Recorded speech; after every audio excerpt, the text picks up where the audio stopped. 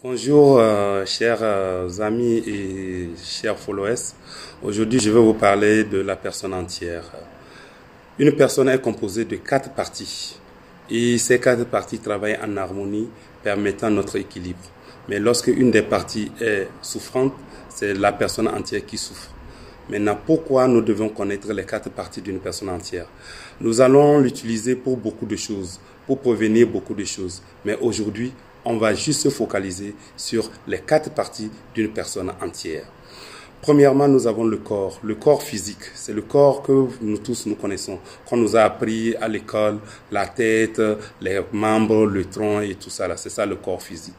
Et ce corps, pas besoin de détailler. Maintenant, la deuxième partie, c'est l'âme. Ce que nous appelons par l'âme, c'est une entité spirituelle qu'on vient au monde avec. Et cette entité spirituelle est rattachée à un être suprême que certains appellent Dieu, d'autres Yahvé, Allah, tout ce que vous voulez. Mais ce qui est important de savoir, c'est qu'on vient au monde avec cette partie.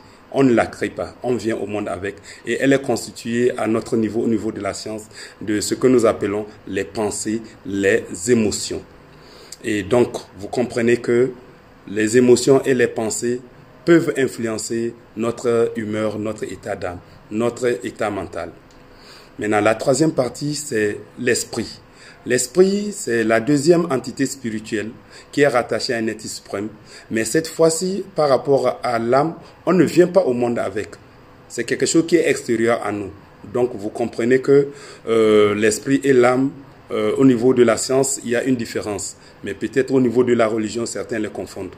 Maintenant, l'esprit, à notre niveau, est composé de ce que nous appelons la culpabilité. Et c'est là où je vais vous donner ma première topic par rapport à la culpabilité. C'est que la culpabilité est le chemin royal qui mène à la souffrance. Quand vous prenez une personne, quelle que soit qui elle est, lorsqu'elle se culpabilise, ça va conduire à la souffrance. La dernière partie, ce sont les relations sociales. Ces relations sociales sont constituées relations grand-parentales, parentales, fraternelles, amicales, professionnelles, conjugales, sentimentales, sexuelles, amoureuses, infantiles, religieuses, ennemies.